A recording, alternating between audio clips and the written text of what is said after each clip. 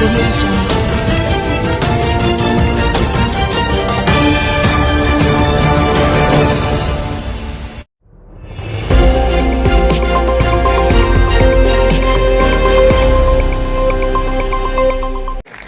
कहते रहे उनसे कि आप अपने क्षेत्र में मत जाइए, आप आराम करिए, 6 महीने आराम करना पड़ता है, लेकिन उनने एक बात नहीं सुनी। उनको रामगढ़ की जनता के लिए ज्यादा डर था, खुद की जो कोई बीमारी थी उसके लिए कोई उनको परवाह नहीं थी। उनने वो एक एक बूंद अपना खून रामगढ़ की जनता के लिए दिया है। आज हमारा कर्तव्य बन जाता है कि हम उस खून का उनको वापस आर्यन जी को जिताकर एक एक वोट देकर ये हम करेंगे। ये मैं आप सबों से निवेदन करने आया हूं। आपका बहुत बहुत धन्यवाद। आपके साथ आप क्षेत्र के अंदर गांव में ढाणी में हम सब आपके साथ चलते हुए मिलेंगे और मैं आमंत्रित करता हूं कि आप सब लोगों को धन्यवाद दीजिए, सभी कार्यकर्ता बंधुओं को। और चुनाव के अंदर क्या आगे प्रधान जी धन्यवाद देंगे, उससे पहले आर्यन जी आपसे अपनी दिल की बात रखेंगे। बहुत बहुत धन्यवाद।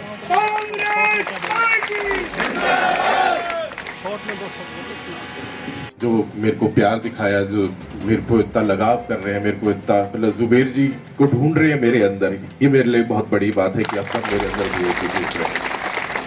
जुबेर जी जैसा बनना तो शायद हो ना हो, लेकिन मैं पूरी कोशिश करूंगा। लेकिन आप सबका बहुत बड़ा सम्मान और योगदान रहेगा, क्योंकि आप सब लीडर्स ने भी, कांग्रेस पार्टी ने जुबेर जी को शेप करा था। उनको वो जैसे बने कि वो इसलिए बने क्योंकि आप सब ने उनको वैसा रखा। सब बड़े बड़े बुजुर्ग यहाँ मेरे को बताते हैं कि मेरी सी उम्र में जुबेर जी आपके बीच में आए थे। मैं बस यही कहना चाहूंगा कि मैं भी अपने पिताश्री जुबेर जी जैसा बनना चाहता हूँ और अपनी आखिरी सांस तक कांग्रेस पार्टी की और आप सबकी सेवा करना चाहता हूँ। बहुत बहुत धन्यवाद।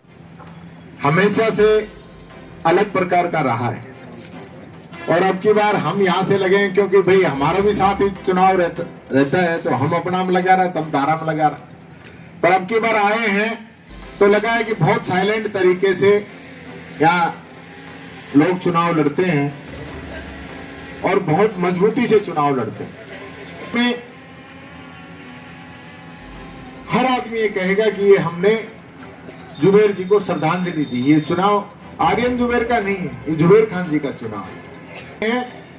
आज उनकी शाबाशी, उनका धन्यवाद करने का समय है। इसी भाइयों का नाम लेंगे, कहीं हिंदू मुस्लिम की बात करेंगे और इनका एक ही उद्देश्य रहेगा, ये चुनाव हिंदू मुस्लिम के नाम पे लड़ा जाए। इसके अलावा इनके पास कोई दूसरा उपाय नहीं है। या चाहे इनके मुख्यमंत्री आए, चाहे मंत्री आए, आप तो काम पूछ लो क्या किए।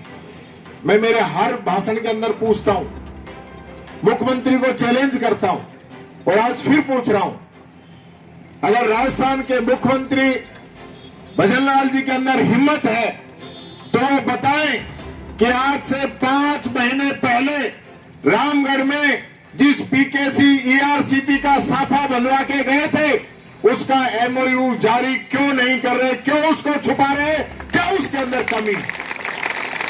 हिम्मत नहीं है, बता नहीं सकते, जनता से छुपाते हैं। ये लोग आज सत्ता के अंदर जरूर बैठे, लेकिन कोई इनसे पूछे क्या किसान को खाद नहीं मिल रहा, किसान को बिजली नहीं मिल रही, किसान को ट्रांसफार्मर नहीं मिल रहा, किसान को पानी नहीं, तो ये किस बात का राज चला रहे हैं? किस नाम का ये लोग राज चला रहे हैं? क्या सत्ता के अंदर बैठ के ये हेलीकॉप्टर घुमाने के लिए इनको मिला है या जनता की सेवा के लिए हेलीकॉप्टर मिला है? ये इनसे मैं पूछना चाहता हूं। रोजाना बात करते हैं पिछली सरकार का, हम रिव्यू करेंगे। आज 2-4 दिनों से चल रही है बात कि हम जिलों को तोड़ेंगे। मैंने कल ही कहा है आदरणीय भावर साहब कि अब जिलों की जो घोषणा हुई राजस्थान की विधानसभा के अंदर हुई है और वो किसी एक व्यक्ति विशेष के लिए नहीं हुई है, जिलों की घोषणा हुई है तो इस राजस्थान के विकास करने के लिए हुई है। नए जिले बनेंगे, लोगों को नजदीक रोजगार मिलेगा, नजदीक न्याय मिलेगा, युवाओं को रोजगार मिलेगा, प्रदेश को फायदा होगा। और ये लोग अगर उनको तोड़ना चाहते हैं तो विधानसभा के अंदर चर्चा करवाएं और उसके बाद जिला तोड़ने का काम करें। लेकिन मैं कहना चाहूंगा, आज भी राजस्थान के अंदर जरूरत है कम से कम 5 से 10 जिले और बनने चाहिए ताकि लोगों को नजदीकी न्याय मिल सके। से एक दलित परिवार से आता है। बाबर साहब ने बताया मुझे कि जब वो छोटे से थे तो इसी बात से, एससी की वजह से उनके घर को जला दिया गया था, उनका परिवार उस आग के अंदर जल गया था जब वो छोटे से थे। वो व्यक्ति वहां से संघर्ष करके यहां तक आया है। आज कांग्रेस ने अपना मालिक उसको बनाया। आज कांग्रेस के मालिक खड़गे साहब है जो कि दलित है। भाव जितेंद्र सिंह जी मौजूद है यहाँ पे। इनके आशीर्वाद से पहली बार दलित नेता प्रतिपक्ष बना है। उस पद पे, जिस पद पे भैरव सिंह शेखावत जैसे, वसुंधरा राजे जी जैसे लोग रहे, उस पद पे टीकाराम जूली को बनाने का काम किया आदरणीय भाव जितेंद्र सिंह जी ने, कांग्रेस आला कमान ने। और इससे बत्ती हमको क्या चाहिए? 4 कैबिनेट मंत्री आपके इस कांग्रेस ने, भजन लाल जी यहाँ पे मौजूद है, टीकाराम जूली, गोविंद मेघवाल जी, ममता भूपेश जी, ये बीजेपी वालों से एक तो बनवा के दिखा दो। आज अभी पूछ रहे थे, ये चल रहा है प्रदेश के अंदर। एमएलए कह रहे हैं कि हमारी जन सुनवाई कहां होगी, मंत्री कह रहे हैं हमारी जन सुनवाई कहां होगी। किरोड़ी मीणा जी ने तो इस्तीफा दे रखा है, अब तो उसके भाई को भी टिकट मिल गई, जब भी इस्तीफा वापस नहीं लिया है साहब, भाई हार गए तो वापस भी ले इसके।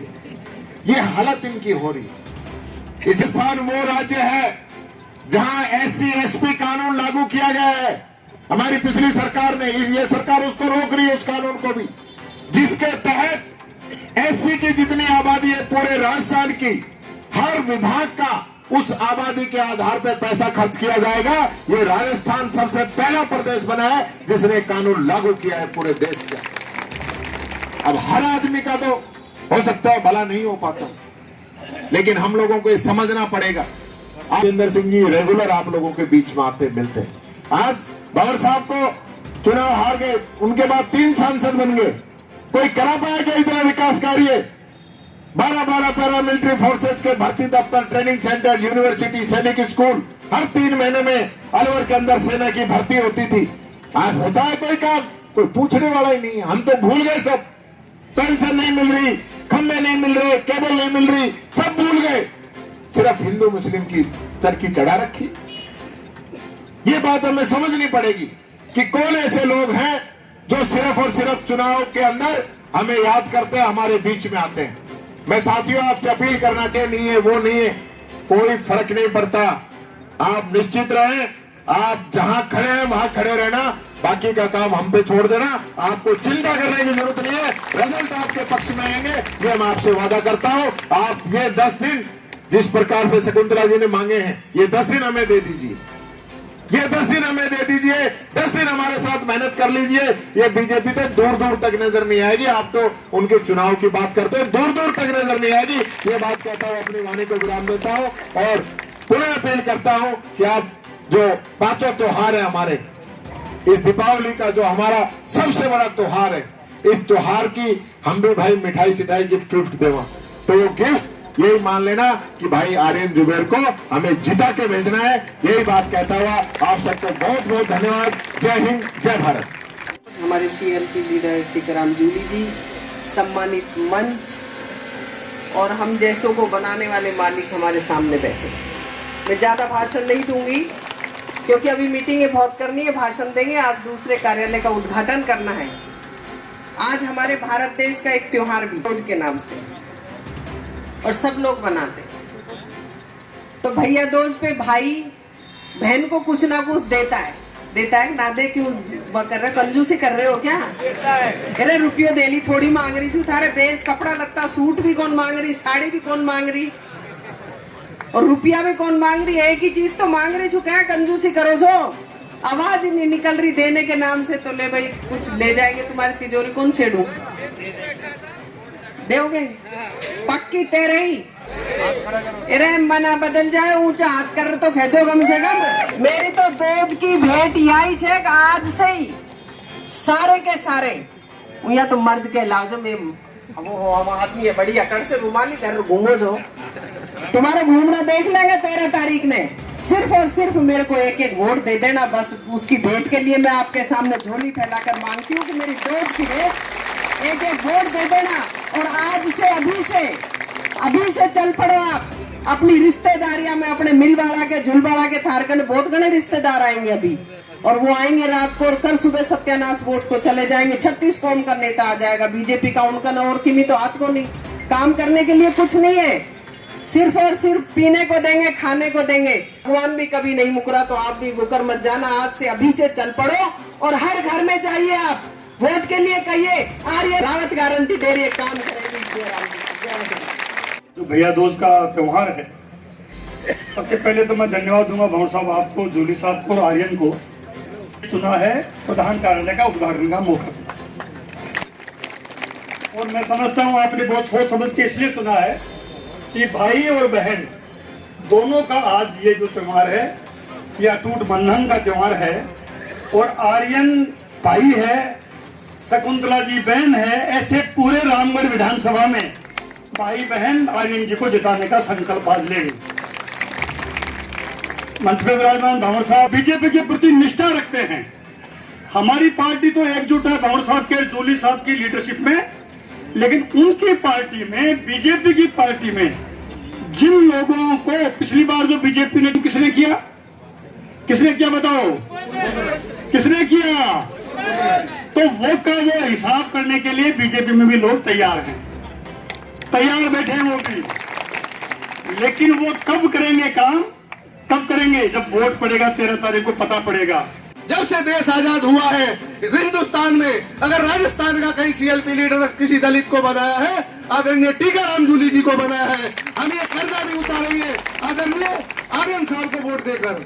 मैं आमंत्रित करता हूँ की धमकी मिली हुई है।